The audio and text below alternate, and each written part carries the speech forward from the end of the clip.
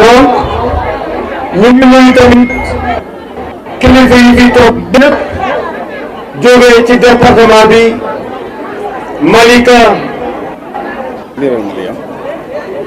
Jaxaay Léegi Yëngal Kër Masar noo doon ci ay ñaan jox kàddu gi imam Cheikh Ndaw mu jox ñu ay ñaan ñu mën a tàmbale waxtaan bi ndax muy commencé guddi donc imam bu ñu def ren lu waxu ndànk donc mu ngi ñëw mu ànd ak teewlu ñu nangu ñaan yi bu ñu paree ñaan ñu continuer waxtaan bi imam Ndaw jërëjëf.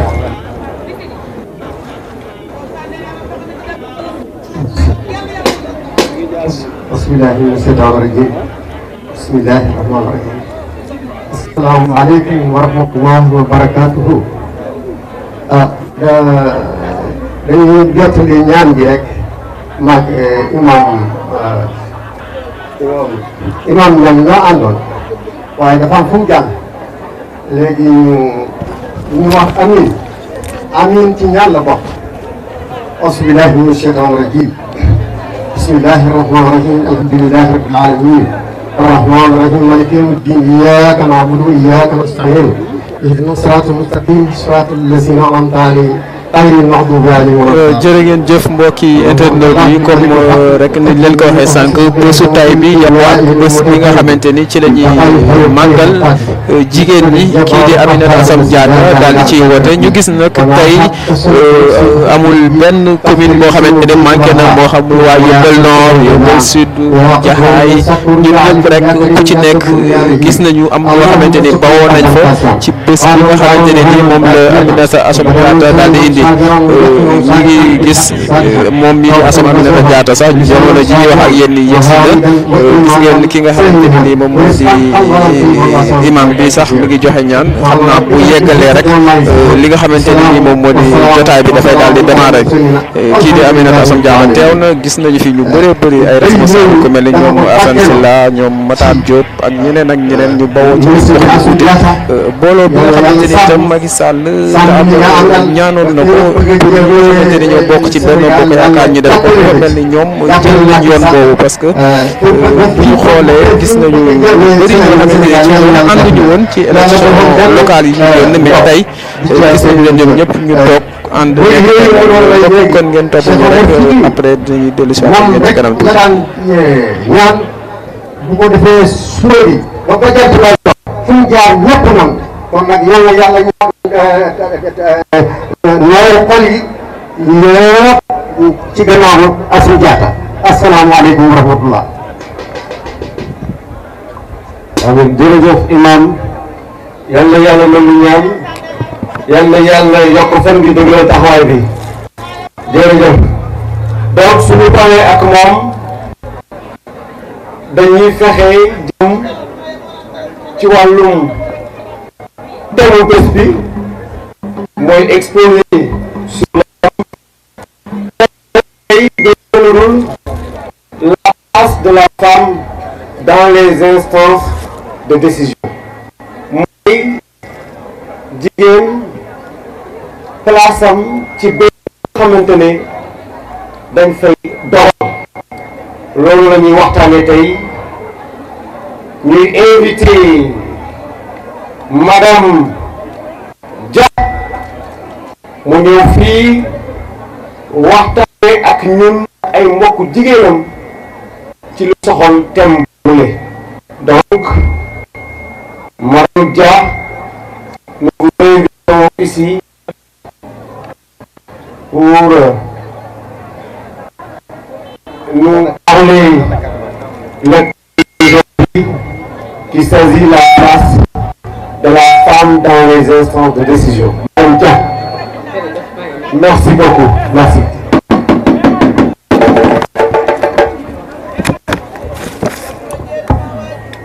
auzu billahi mina sheytaani rajim. Bismillahi rahmani rahim. Assalaamu aleykum waa Kër Massar. maa ngi nuyu kenn ku ne ci turam ak ci santam. waaye di commencer nuyoo bi ci suñu kilifa bi muy ministre Aminata Assome Diatta ak cabinet ak invité yëpp. madame waxal su ko defee thème bi duñ ci sori ndax nee nañu 8 mars la ñu wax waaye amuñu 8 mars rek année bi jigéen ñi dañ ko am yàlla moo ñu ko cëralee ndax nag yàlla moom buy jàng du oyof day jàngi carrément Nisaa yi la ñu wax sëratu homme amul de sëratu femme rek a am moo tax jigéen ñi war nañu defaraat suñu toogaay bu baax a baax a baax a baax a baax modèle bi nag du sori ndax madame la ministre Aminata Assome Diatta ñoo nekkandoo convergence des cadres de l'APR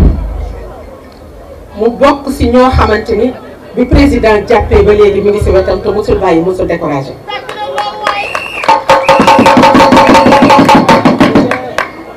dañ ne xëcc nag bu nagul dafay dikk waaye fi mu dikkee fi la Kër Massar am ngeen sas de xam nga lu tax jàmbaat ji moo tax jigéen ju mën góor mu ngi nii sur ce nag fi ma leen di woo fenn la nañu jàppalante ñun jigéen ñi suñu biir nañu yërëmante ñun jigéen ñi suñu biir nañu laabante biir ñun jigéen ñi suñu biir parce que c'est très important li tax ngeen war a mën a rénover département de Kër Massar bi département bu bees la te département bu bees loo fi saxal loolu mooy dem man de lii ma gis nii dal na sama xel ndax xam naa ni jigéen ñu bëggante jigéen ñu fonkante jigéen ñu déggoo seen biir ñoom laa fi fekk man am naa lu ma nettali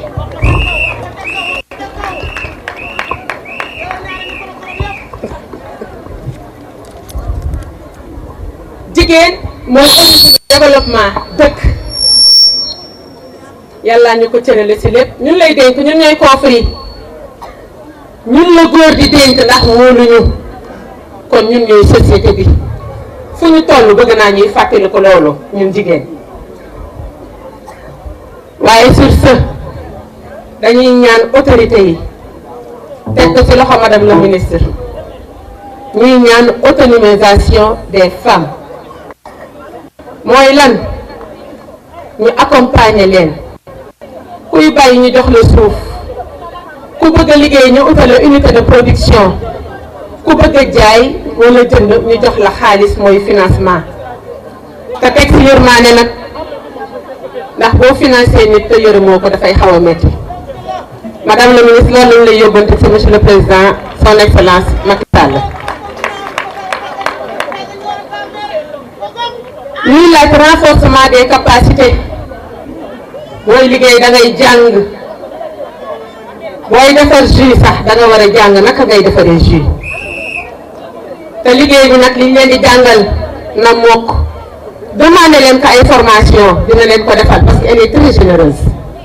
te yàlla dimbali na ko nag elle est au cœur de l'action ndax président da ko wóolu waaye nag fi ñu toll il faut partir à l'arraché pour se positionner jigéen ñi xam nga lu tax ma ne leen il faut partir à l'arraché pour se positionner suñu càmmiñ yi ak suñu jëkkër yi duñ ñu bàyyee dara waaye ñooy dëggal suñu bopp ndax boo bëggee dara il faut nga def ay sacrifice nag madame la ministre bu leen waxoon fi mu jaar ba egg si fii bu ngeen amul fit sax da ngeen di daw ndax réunion yi day guddee décision yi balaa ñu koy jël jigéen di dem bañ leen ko day leen fekkee wéer leen si ñoom ndax ñoom ñuy suñuy ay jëkkër lu ñuy def buñ koy yëg dinañ ñu ngemb te bu ñu ngembee fi ñu jëm danañ fa egg waxuñu parité xëccoo de déedéet àndandoo la ñu wax muy juyoo pas dualité maa ngi leen loolu nañ leen jox seen cër ñu delloo ñu ko ci yërmande am na nag ni ñuy fànq ndax jigéen yàlla dafa def sociétalement parlant jigéen dafa am ay limites ndax suñu société xëy na jigéen dina nekk Linguère dina nekk chef d'entreprise dina nekk ministre dina nekk maire dina nekk député dina nekk directrice wante tollooguñu foo xamante ni jigéen ñi jiite carrément jiite ay góor suñu société nangoogu ko bu ñu ko bëggee def nag il faut ñu naxante parce que loo xëccoo rek day dakk waaye nag nañu dëggal suñu bopp ci loolu. sur le plan culturel tam gisu leen jigéen bu nekk imam waaye ku fi nekk imam ku fi nekk nit ku baax ku fi nekk président de la république kuy jiite lu mu mënta doon jigéen moo la jur kon nañ delluwaat xamaat suñu bopp waaye dana ci am solo.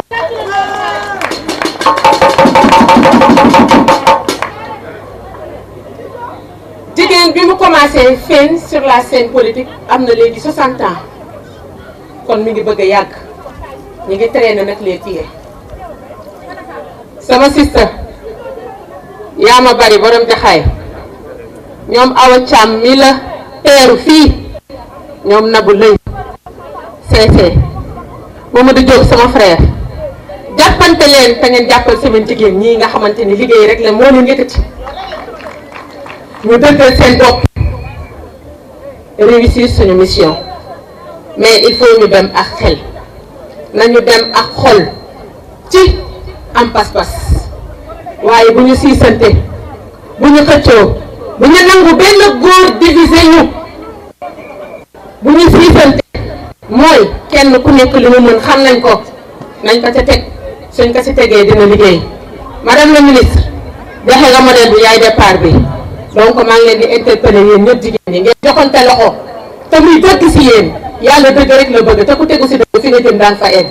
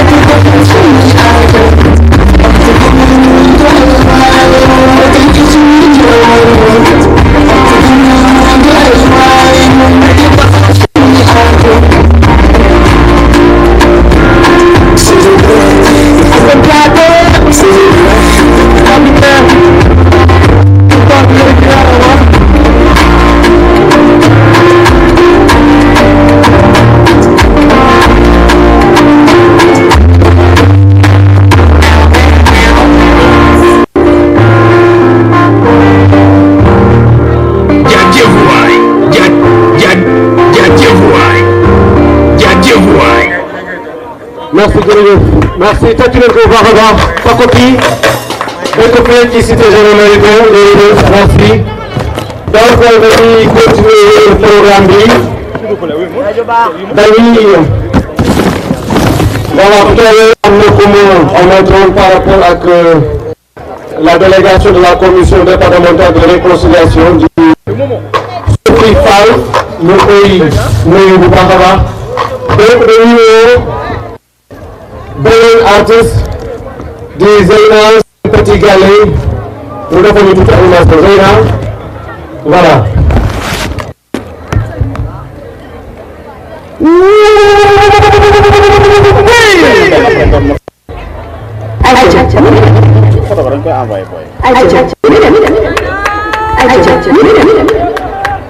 salaamaaleykum waa Kër Massar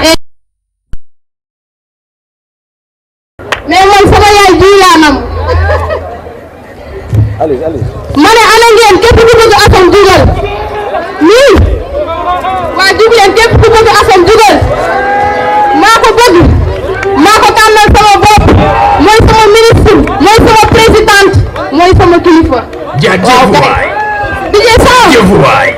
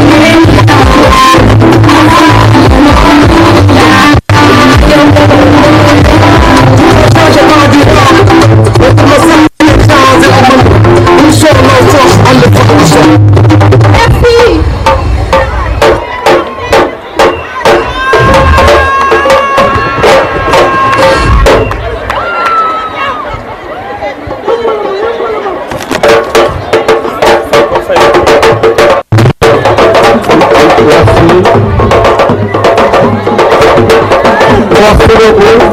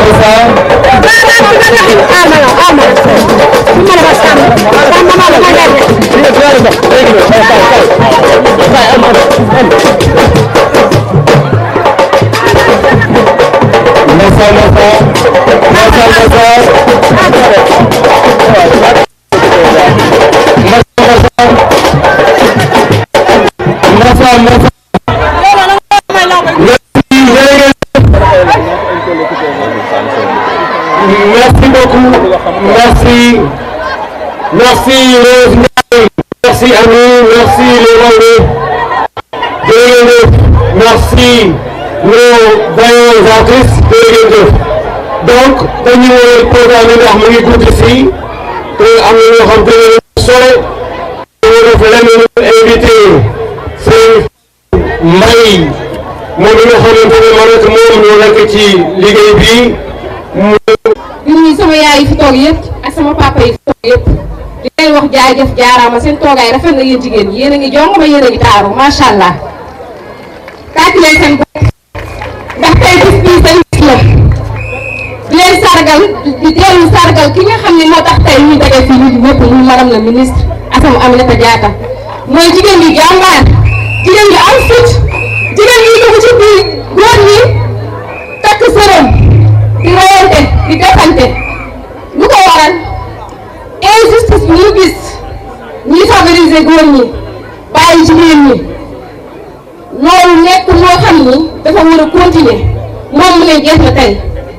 moom muy ñëw foog jigéen ñi seen ngooñ xanaa tiit la nee na jigéen bu bokkoon góor classe ngeen ànd di jàng yor seen diplôme jigéen bi yor même diplôme ku góor gi waaw léegi nag ñu ne ku góor gi moom ma ngay liggéey ku jigéen gi moom man ca kër ga ndax kenn jëlu ko ndax lan jigéen la loolu dafay jeex moo ko wax de madame la ministre moo ko wax de.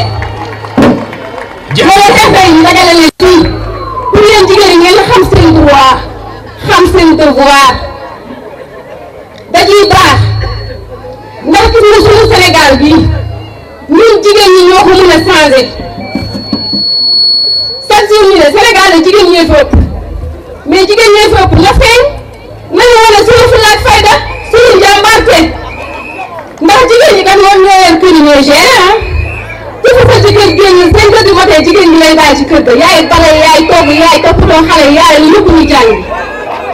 kon jaadu na jigéen bu nekkee si kër gi jigéen bi jàng yor ay diplôme am jaadu na mu dem ñu jox ko poste comme moromam góor ñi nga xam ne ay collègues ñoo xam ne ñoo jàngandoo fowandoo yor na ay diplôme jàng na xelam màcc na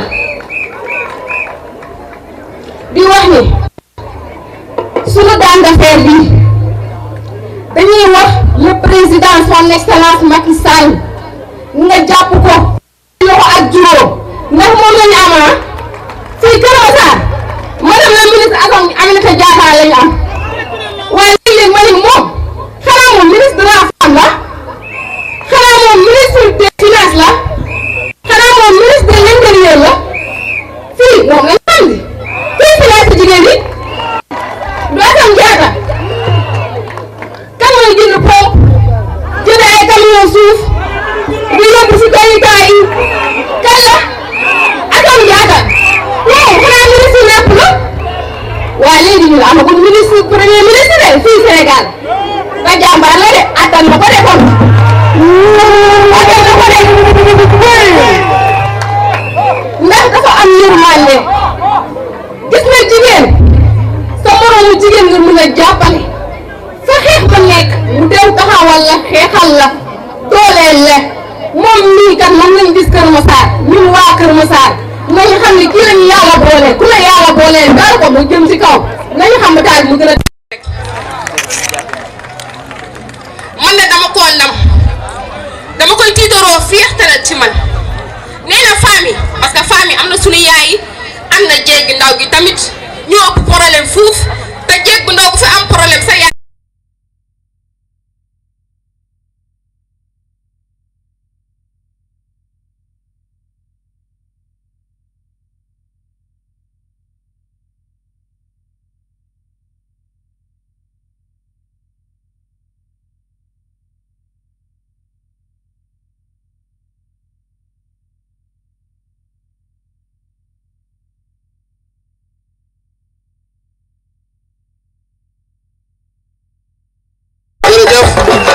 voilà su ko defee nag dañuy woo une grande dame boo xamante ni wax dëgg yàlla ba dara dul dara moo tegu ci yoon ñëw ànd ak ki nga xamante ni mooy madame le ministre kooku mooy ki njëkk jël madame le ministre njëkk jël bi Makka jox ko muy la grande responsable des femmes ñu koy wax Adjaratou Mati Niang moom la ñuy jox kàddu gi su ko defee moom mooy ñëw def allocution Adjaratou Mati Niang la responsable des femmes de Diapo anamu waa Diapo ana ngeen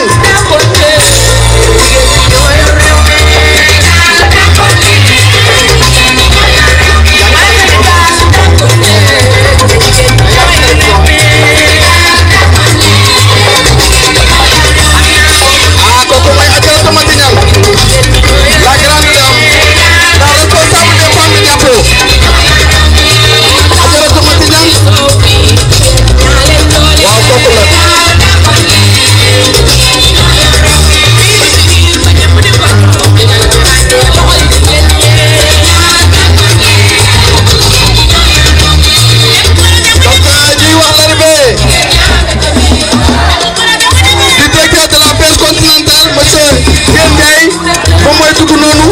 ak honorable député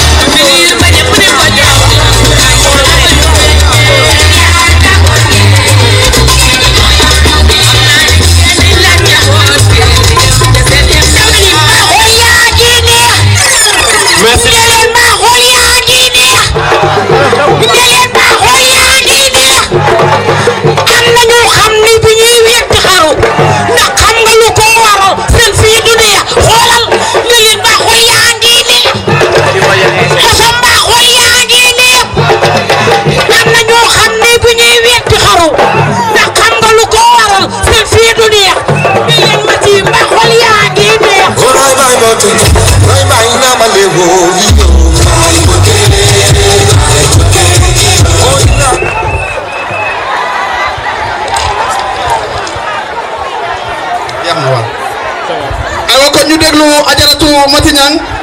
Adja kaddu gaa ngoog waa auzu billahi mina seytaani rajim bismillahi rahmani rahim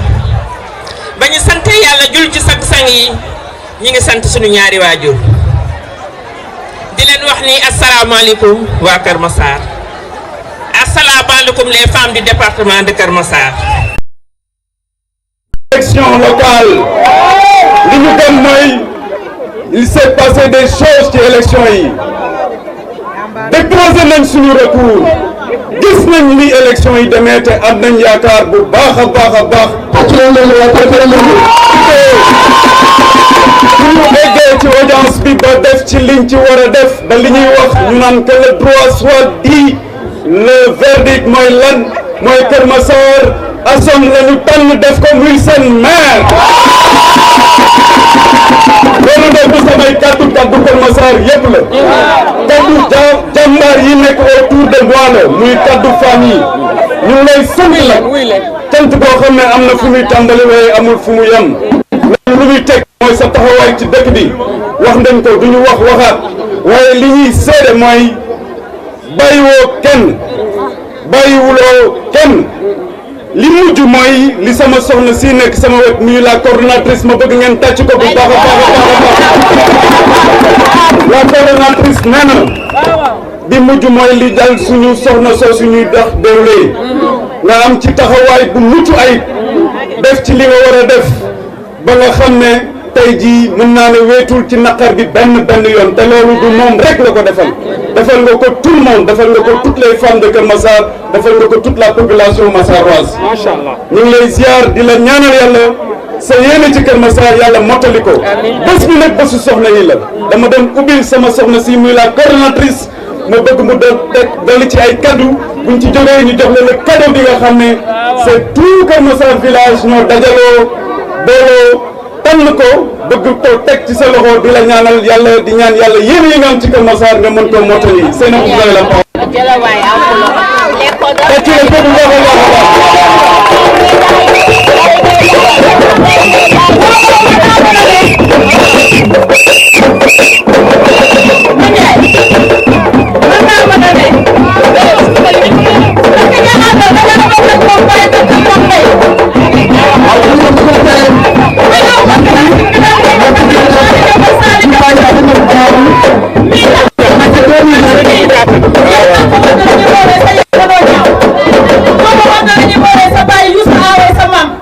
jàmbaari fàkk tëdd gii nga xamante ne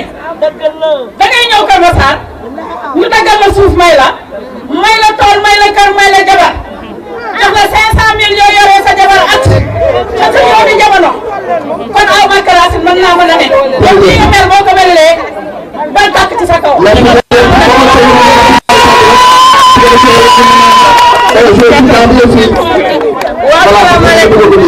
salaamaaleykum sama mbokk jigéen yi maa ngi nuyu ñëpp di jiital ci nuyoo bi madame la ministre ak staff bi yëpp waa di nuyu nag waa sous comité électoral Kër Massar village ndaxte boo xoolee lii nga xam ne du man du kenn ñoom la du ñu def nag lu dul au lieu ñun madame la ministre di ñuy jukkal di ñu sargal ñun ñooy wëlbatiku sargal madame la ministre ndax dafa nekk jigéen ju mën góor jigéen ju baax jigéen ju jàmbaare ñu di ko xool di ko topp ba xam ne nag Assome mi jar naa sargal kon ñii ngeen gis soxna yu rafet yii ñu ànd ko ak suñu góor ñii suñu coordinateur a ngi nii taxaw muy Kolas Diop doyen Diop ak mbooleem kilifa yi nga xamante ne tey ñoo fi nekk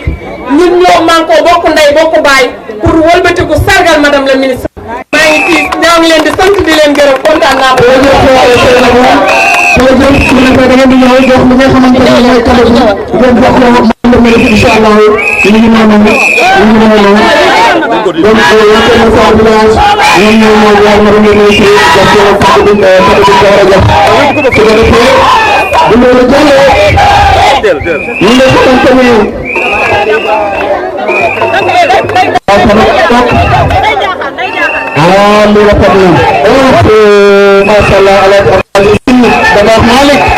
Madame la ministre Assane Diatta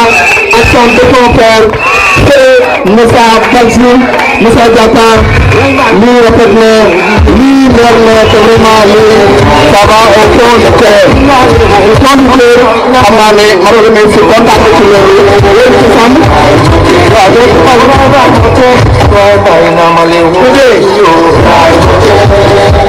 donc ñu ngi tamit la responsable voilà Maïmouna Sow unité 3 ànd ak délégation bu mag a mag ñu ngi koy nuyu bu baax a baax a baax donc di ñaan rek mu ngi guddi ñi ñu jox kàddu suñu fànn mu ñu gàttal dëgg la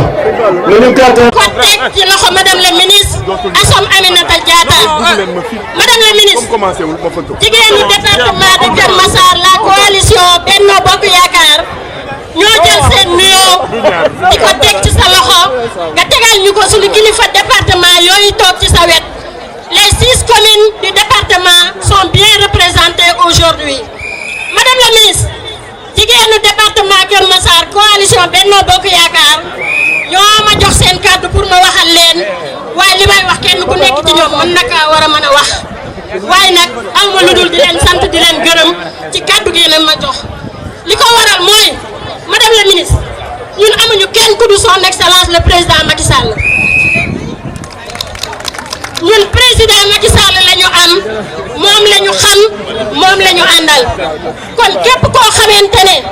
jël na la teg ci la si wetam di liggéey ak yow ñun jigéenu Benno Bokk Yaakaar Kër Massar dañuy ñëw ànd ak yow liggéey ndax son excellence le président Macky Sall ba tax na président bi mu defee Kër Massar département ñun jigéenu Kër Massar dajaloo woon nañ ci Yeumbeul Sud centre Sidi Hott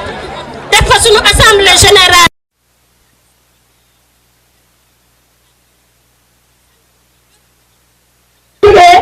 dem nañu Jaxaay organisé wu waa dem Jaxaay wàcceel kaamil jigéen ñi nga xamante ne dañu àndoon ak son excellence le président Macky Sall te ñu jiitu ñu ñaanal leen yàlla fa ñu nekk gënal leen fi ñu jugee kon nag madame la ministre jigéenu Kër Massar dañ lay wax ne ñun tooguñu benn yoon ñu ngi organisé wu ñu ngi gisee ñu ngi waxtaan ba yàlla def ñu ñëw ci yow nga wax ñu sa bis bii ne leen nañu bis bi seen bis la ñëw leen ngeen organisé ngeen bokk ci à 100 pour cent ñu gën bu baax nag li nga wax ndax bi ñu ñëwee loolu lañ gis di sant bu baax sa chef de cabinet muy Sapir Mbaye madame la ministre Sapir Mbaye tàccu leen ko bu baax a baax a baax parce que Sapir yaatal nañu ba ñu ñëwee ñun jigéenu Kër Massar dafa jël yëpp jël ñu ko ba preuve bii ñu am mooy thème bii ñu fi wax tey ñun jigéenu Benno ñoo ko choisir mu validé ko kon madame la ministre guddi na te jigéenu Kër Massar yi taxaw dañu la indil benn cadeau pour bëgg a ñëw foofu jox la ko ñun nag suñu xel dal na ci yow parce que nag yàgguñu ak yow wante say nit li ñu taxaw fii wax ko suñu xel dal na madame la ministre jigéenu Kër Massar yi taxaw di Benno bi nee nañu bëgg nañ ci calebasse yi nga leen defal jigéen ñi nee nañu bëgg nañ ci financement yi nga defal sa jàppoo ak ASOM jigéen ñi nee nañu bëgg nañ ci voyage yi nga yóbbu jigéenu jàppoo ak ASOM nee nañ yaakaar nañ la ci te ñu ngi lay tàllal loxo ñu ngi leen di sant di leen gërëm di jégalu ci kàddu yi madame la ministre ñu ngi ñëw foofu jox la cadeau département Kër Massar ci jigéen ñi léegi leen jëf. ñun ñooy institution mutualiste communautaire d'épargne et de crédit ñun mutuelle d'épargne et de crédit lañ ñu gis madame le ministre Aminata Assome Diatta nekk ci yëngu di jàppale jigéen ñi ñu ne loolu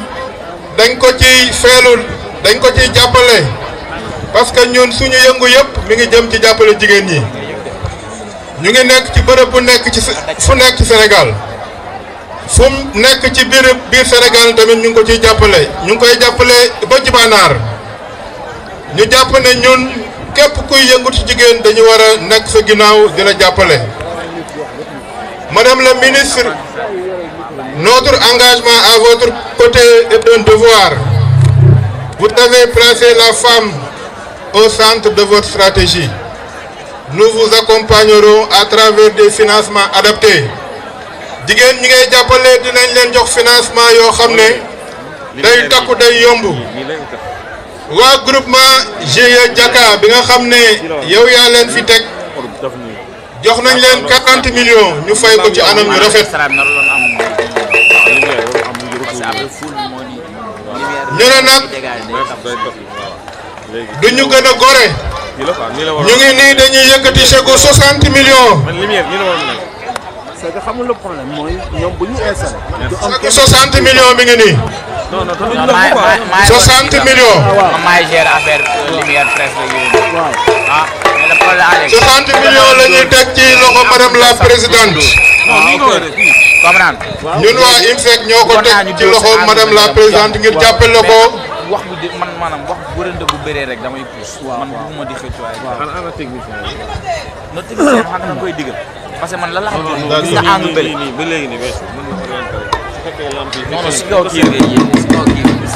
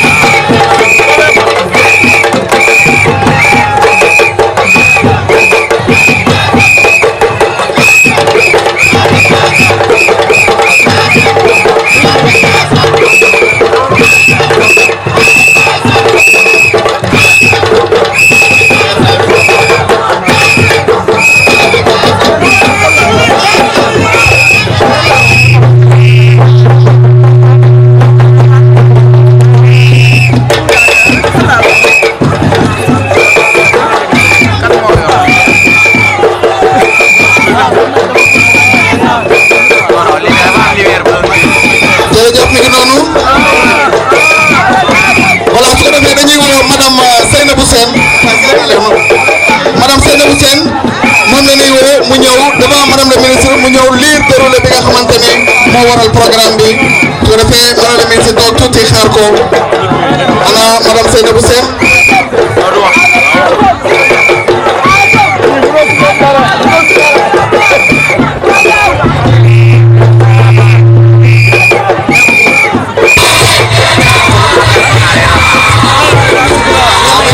Seynabou Sène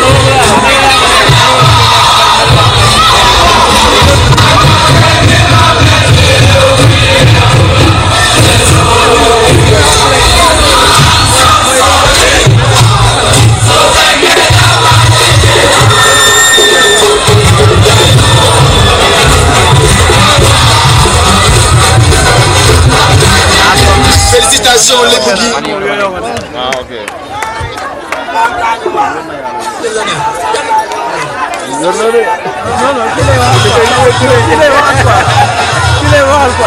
waaw koy mi ngi noonu su ko defee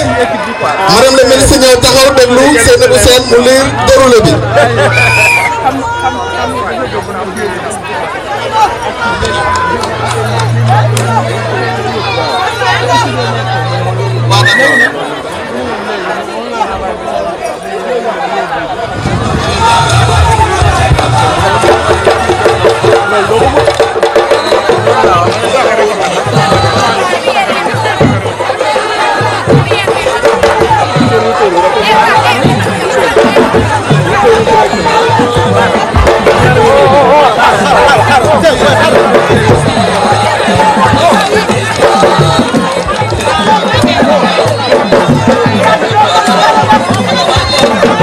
jërëjëf macha allah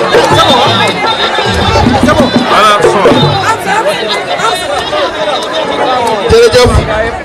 voilà su ko defee da ngeen di ñëw nii ci gannaaw rek ah non mën na taxaw fii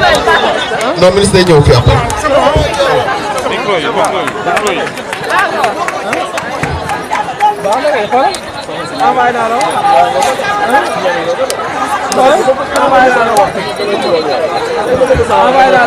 voilà ñëw leen ni ci gannaaw ñëw leen ni ci gannaaw ñëw leen ni ci gannaaw voilà su ko defee Seynabou Sène mën a lire li nga xamante ni mooy déroulé programme bi.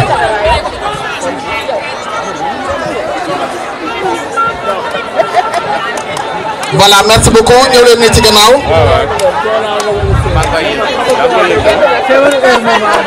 voilà Seynabou Sène bismillah kaddu gaangoog. et ñu dégloo s'il vous plaît ah ñu dégloo. aywa bismillah Seynabou Sène. Bonsoir madame. Je m'en vais vous lire la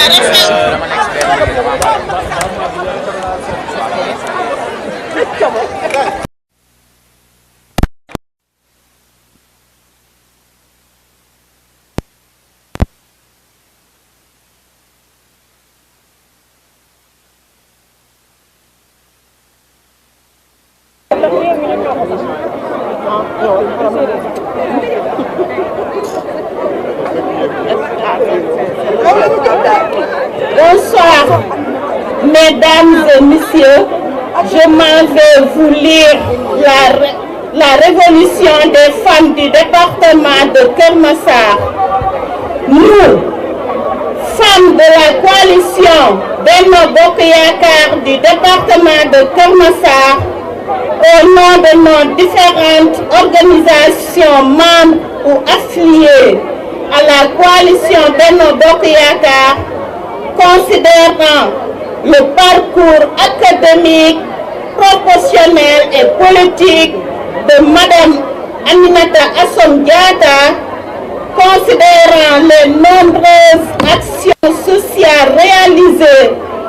par Madame le ministre au profit des populations de Keur Massar, considérant par ailleurs les enjeux de la départementalisation de Keur Massar et la nécessité de lancer le développement des 6 nouvelles communes du département, conscient que l'union de notre force est le meilleur gage du succès de notre nouveau département. Considérant qu'elle soit la seule à organiser un dialogue social pour les femmes de Keur Massar, sous le thème Femmes, force motrice du développement de Keur Massar, faire un dialogue sans complaisance de notre situation dans Keur Massar, révéler les acquis et potentiels que nous pouvons apporter dans le département de Keur Massar, recenser les aspirations, préoccupations et ambitions des femmes de Keur Massar, proposer des solutions adéquates et recommandations en faveur des femmes, définir les plans opérationnels participatifs pour les femmes. Nous, femmes, nous avons décidé de choisir Madame le ministre Aminata Assome Diatta comme la coordinatrice des femmes du département de Keur Massar. Nous attirons aussi l'attention de son Excellence le Président de la République, M. Macky Sall, sur la nécessité de renforcer notre ministre Aminata Assome Diatta pour la consolidation des acquis des femmes du département. Et appelons par conséquence les militants de la coalition Benno Bokk Yakaar à l'œuvre autant que possible pour lever les contraintes et s'engager résolument dans la voie de l'unité, de la solidarité et de la coalition. Les femmes du département de Keur Massar renouvellent en outre toutes leurs félicitations aux camarades Aminata Assome Diatta pour le courage et la détermination dont elle a fait montre pendant toute la campagne victorieuse des élections locales, illustrant ainsi une fois de plus son leader incontestable dans le département. Les femmes du département exhortent enfin toutes et tous les camarades de la coalition Benno Bokk Yakaar à s'engager davantage dans la voie de la massification et de l'animation constante des structures qui se sont manifestées éloquemment lors des élections locales du 23 janvier 2022. Les femmes du département de Keur Massar renouvellent leur attachement à Madame le ministre Aminata Assome Diatta pour les valeurs qu'elle incarne et la source d'inspiration qu'elle constitue. Dans le département,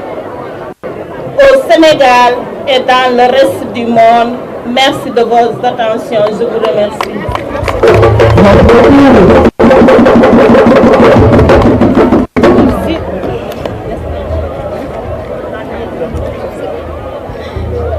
Merci beaucoup Madame Seynabou Sène. yaakaar naa ni li nga wax leer na te moom it dégg nañ ko waaye yaakaar naa ni son excellence monsieur le président de la république dégg na ko donc dañuy passé ci beneen cadeau boo xamante ni la diaspora ñoo ko bëgg a joxe kii seen présidente bi madame Badiane mu ne ñu ñëw aussi joxe cadeau bi nga xamante ni bëgg nañ ko jox madame la ministre su ko defee ñu passé à la remise symbolique des diplômes yi nga xamante ni femme yi doon def formation femme yi doon def formation yor nañ ko seen diplôme yi nga xamante ni madame la ministre moo ñu ko war a remettre mu war a def tool remise symbolique su ko defee soo ko def discours am ñu ngi woo madame Badiane. voilà su ko defee ñu mën a bàyyi madame Badiane mu ñëw ak délégation bi mu àndal mën a jox madame la ministre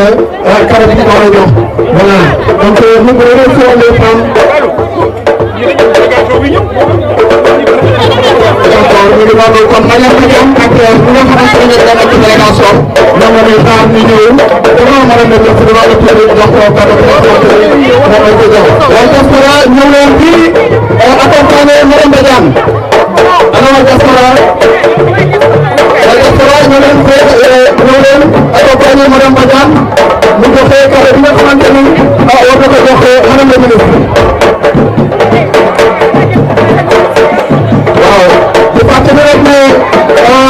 ki nga xamante ni mooy Asra Mbaye ki nga xamante ni moo jiite ànd teekal suñu gox ñu ngi fi ak une forte délégation des femmes et des jeunes yi nga xamante ni ñoom ñoo nekk ci mouvement ànd teekal suñu gox madame la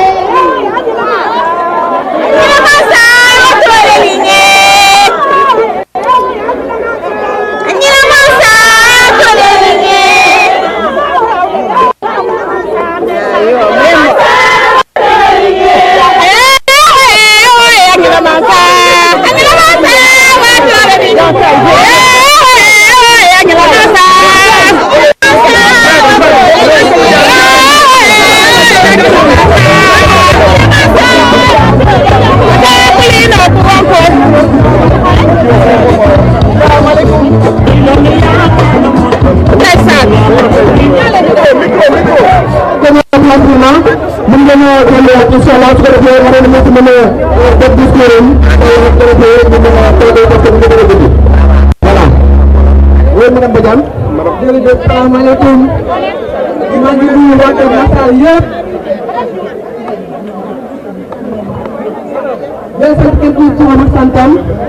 di tegal nuyoo Assome Aminata Diatta ñu ngi lay nuyu ziyaare bu baax ci tur def ko waa Casamance ndax doom biir bi jóge la Assome ñoo ko jur lii day njël lii daa ngi jàng dox na di fekk ci Kër Massar association bi nga xamante ne dafa booloo Casamance yëpp ñu ñëw ànd ak waa Kër Massar di leen dooleel ñu ngi téye Assome yëkkati ko ba waa Kër Massar yi jox ko seen kàddu mu nit bi nga xamante ne moom la jiitee ñëpp dañu bokk yaakaar bi yëpp ci Kër Massar koy ñaanal ñu ngi ko dugal te def nañu seen cosaan bi ñu ngi ñaan ñu bàyyi seen xel ñu ngi ko téye ñu ngi ko jàppale ndax jigéen ñoo xamante ne bu ma jël si rek war nañ ko ba pare. jërëjëf merci beaucoup madame Badiane yaakaar naa ne madame la ministre présidente gën ko woon incha allah su ko defee ñu mën a tàggoo parce que ñu ngi demee guddi. voilà ñu ngi demee guddi.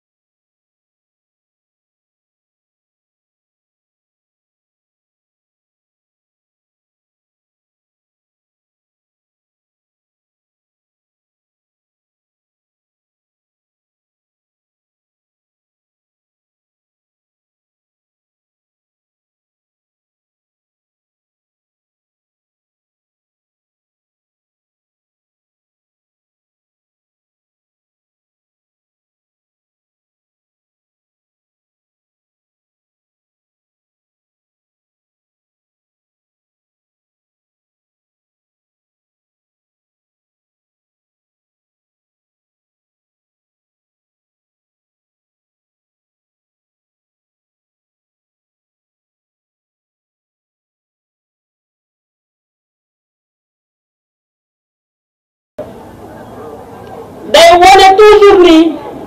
coalition Benno Bokk Yaakaar département bu Kër Massar mu ngi jóg taxaw waaye tamit di wone ni li ñu gis ci élection yu passé nga xamante ne boo additionner les voix de la coalition Benno Bokk Yaakaar waaye aussi képp koo xamante ne ci famille bi la bokk gis nañ ni la coalition est largement majoritaire ci département bu Kër Massar. kon nag tey seen teewaay fii da koy dëggal waaye tamit rassurer le président de la république son excellence Macky Sall te njabootam bi nekk ci département wu Kër Massar gii kat mu ngi jóg taxaw di waajal élection yi di ñëw di wax ni dëgg la nit booy def politique dafay am solo nga natt sa bopp kon frère yi nga xamante ne dañoo demoon ci yeneen liste ñun ñëpp li ñu jàpp mooy dañoo bëggoon natt seen bopp xam aussi lan la ñuy peser kon loolu yëpp day dem ci gafa président de la république son excellence Macky Sall ci élection yi ñu jëm di sargal jigéen ñi ndax nag journée bi yàlla lañ ko jagleel ñu jagleel ko au niveau international muy le 8 mars waaye mën nañu wax jigéen bés bu yàlla sàkk dañ ko war a sargal ndax moom mooy base développement. thème bi ñu am tey nag mu nekk jigéen rôle am ak responsabilité am ci instance de décision mu nekk thème bu am solo ndax nag wax naa ko léegi yàlla ci boppam moo ñu jagleel place boo xamante ne jagleelu ko kenn kon nag dafay am solo fépp fi nga xamante ne foofu la ñuy nas di nocc jigéen ñi mën faa taxaw mën faa joxe seen xel mën faa joxe seen xalaat ndax nag bépp développement mënut a am tant que ñun dugal ñu ci tamit suñu touche te comme lu am rek ci ñun lay njëkk a impacté dafay am solo ñu xool li nga xamante ne moom la ñuy doxal. mais jigéen nag ni yéen ñii samay naatangoo moo tax ma gën a jox solo thème bi nga xamante ne moom ngeen choisir pour ñu célébrer journée bi ñu jagleel mu nekk nag ay moment de communion ak suñu yaay yi ak suñu sœurs yi ak suñu petites sœurs yi ak suñu jàmbaar yi mu nekk moment de communion ak ces femmes leaders du département de Kër Massar jigéen ñi nga xamante ne kenn mënut a doxal département Kër Massar bii nga xamante ne département bu bees la sans ñoom bés bu tey jii lan lañ ci mën a yaakaar liñ ci mën a yaakaar mooy gën a dëgëral suñu taxawaay fii ci département bi waaye tamit gën a dëgëral suñu relation waaye tamit gën a firndeel suñu détermination pour le développement du département de Kër Massar waaye tamit dafa war a nekk point de départ pour fu ñu bëgg a yóbbu Kër Massar muy amélioration suñu condition d'existence ñun jigéen ñi waaye tamit fexe ba suñu cadre de vie sell set waaye tamit ba fekk ba suñu koom bi mën a yokk waaye tamit dugal suñu loxo bu baax ci émergence département bu Kër Massar li ñu bëgg mooy ñun ñëpp ñu ànd xalaat am benn vision pour le département de Kër Massar vision boo xamante ne jigéen ñi dinañu nekk ci biir jigéen ñi dinañ nekk ci kanam jigéen ñi dinañ nekk ci digg dinañ nekk ci ginnaaw ndax nag ñun ñooy yaay waaye tamit di ay jàmbaar ndax boo génnee 4 heures du matin jigéen ñi rek ngay tasel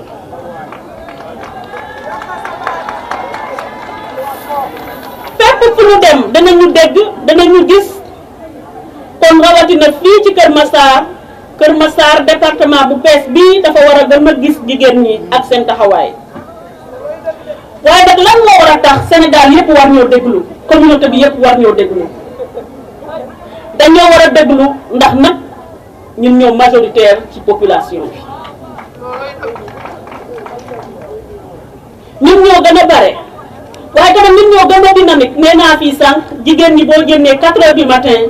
jigéen ñi ngay gis ñuy dang-dangi pour ut lu ñu yóbbu ci kër gi waaye tamit tey jii boo demee ci secteur transformation jigéen ñi ñoo jóg taxaw am détermination pour développer suñu dëkk bii di Sénégal waaye fexe ba produit yi nga xamante ne moom la ñuy béy fii ci suñu réew mu bañ a yàq ñu ngi xeex nag guddeeg bëccëg ñu nga ca marché yi ñu nga ci école yi ñu nga ci hôpitaux yi ñu nga def quai de pêche ba fu ne ñu nga fa lépp rek pour daw indi lu ñu yóbbu ci biir kër yi kon nag jigéen ñi war nañoo jóg gën a taxaw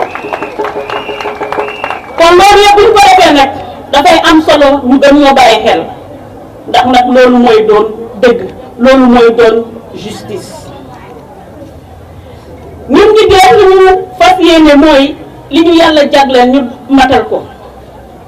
doon ñi nga xamante ne ñooy dundal seen société dundal seen askan yóbbu seen réew fi nga xamante ne kenn xalaatu ko yëkkati seen réew ba ñépp mën koo gis ci àdduna bi waaye pour loolu yépp nag il faut ñu jóg taxaw tem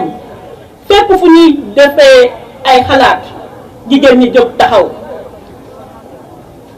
Kër Massar bi nga xamante ne suñu département bii dafa soxla tey ñu am taxawaay boo xamante ne dafay wane ni jigéen ñi ñëpp benn lañu rawatina jigéen ñi nga xamante ne ñoom ñoo nekk ci coalition Benno Bokk Yaakaar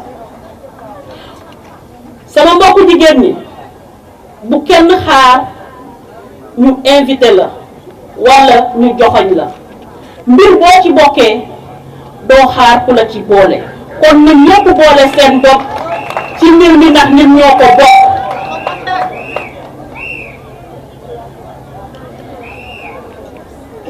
yéen ak man ñun ñëpp am même xalaat même bëgg-bëgg pour le développement de Kër Massar boo gisee jigéenu département Kër Massar dem commune Jaxaay même jàmbat la ñuy wax autonomisation amélioration conditions de vie boo demee Kër Massar Sud autonomisation lañ lay wax amélioration conditions de vie boo demee Yeumbeul Nord développement lañ lay wax amélioration conditions de vie boo demee Malika développement la ñuy wax amélioration conditions de vie boo demee Yeumbeul Sud loolu lañ lay wax autonomisation de la femme amélioration conditions de vie boo demee Malika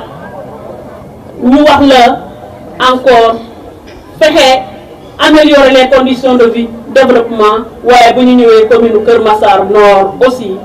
ñu wax ni développement la ñu bëgg amélioration conditions de vie waaye loolu kenn duñu ko defal ñun ñooy jóg takk suñu ndigg am ci détermination pour réaliser yooyu objectif kon nag maa ngi leen ciy woo xam naa ni fekk naa leen ci ndax femme leader yi ma fi gis muy ay actrices de développement li ñu soxla rek mooy ku leen teg loxo ñu mun a réaliser lépp li nga xamante ne mooy seen potentiel kon maa ngi leen di tàllal loxo di wax ni président de la république son excellence Macky Sall ñun ñëpp xam nañ ni dafa jox jigéen solo boo xamante ne tegu fa kenn ndax xam na ni développement ci yéen la mën a jaar xam na ci bu ñu waxee cohésion sociale ci yéen la mën a jaar xam na ni bu ñu waxee jàmm ci yéen la mën a jaar maa ngi leen di gërëm bu baax a baax di leen sant.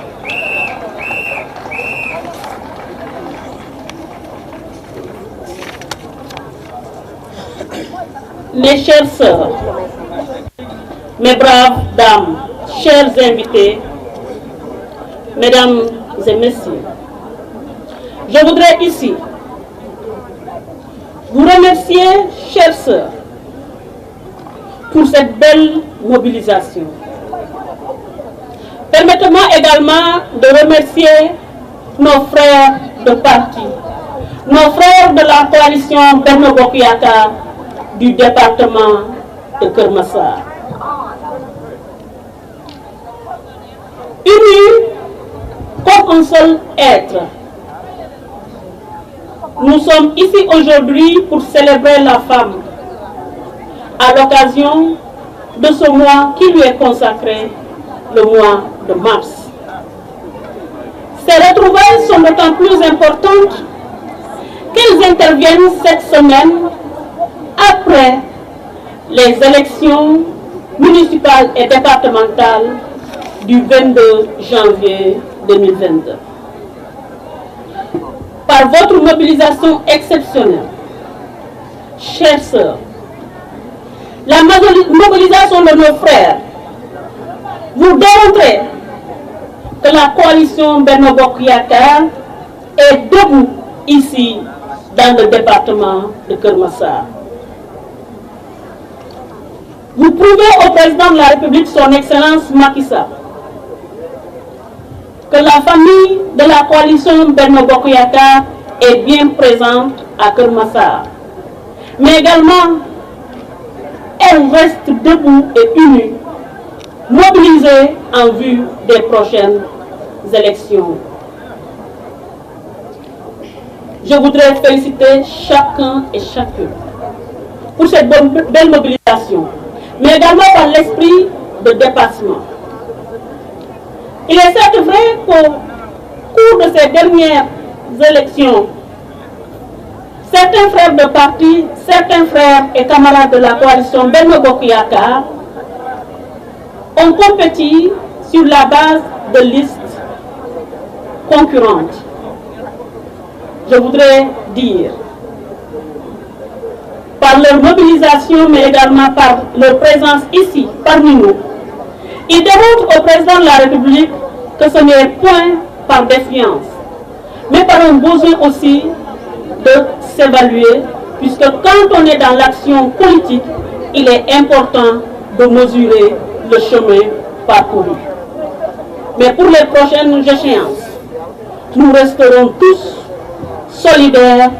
derrière le président de la République pour lui accorder une large victoire. Le thème qui nous réunit aujourd'hui, les femmes, rôle et responsabilité dans les instances de décision, est un thème d'une importance cruciale. Je lui accorde une importance particulière en tant que femme. Et je voudrais saluer toutes les femmes, mes frères, mes sœurs, pour ces moments de communion avec nos mamans, nos sœurs, nos amis, et spécialement avec vous, responsables femmes du département de Keur Massar. De notre rencontre d'aujourd'hui, que pouvons-nous retenir?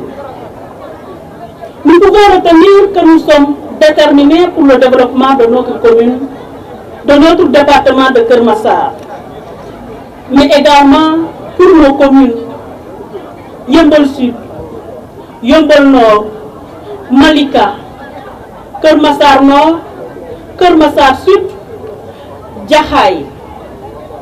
Nous sommes engagés pour le développement et l'autonomisation des femmes.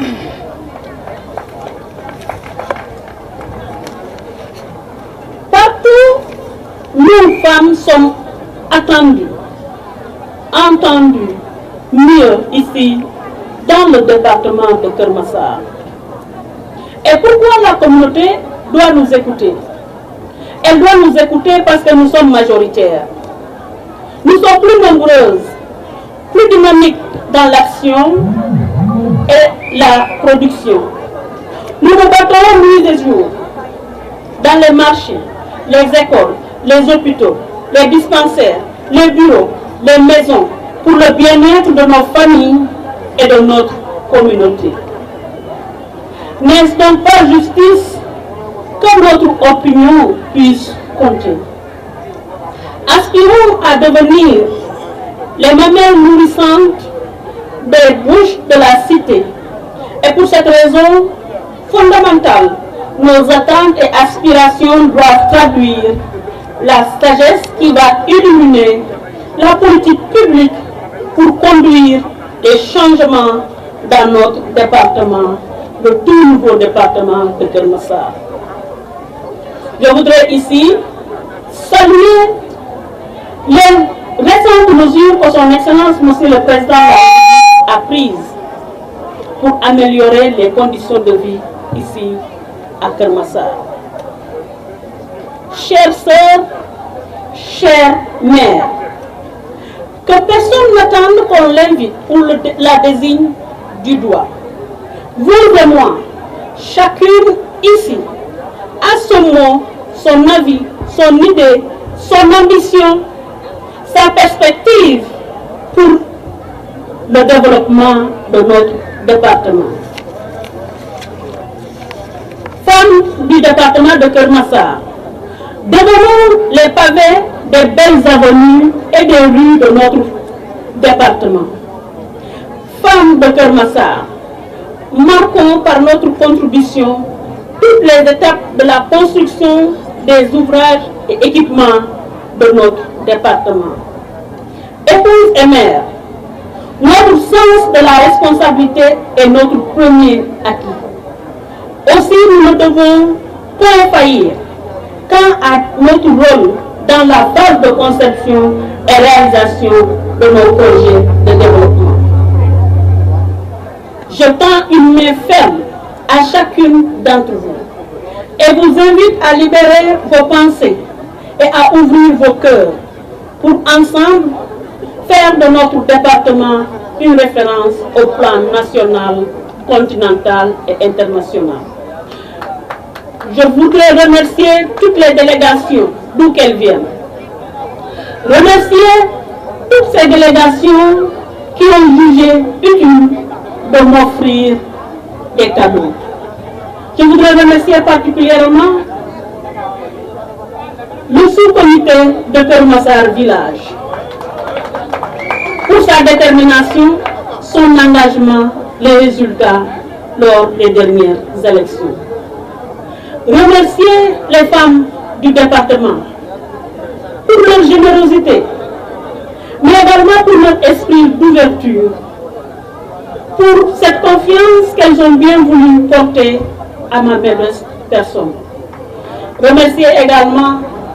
les femmes de Diapo, en saluant la présidente, Madame Matignan.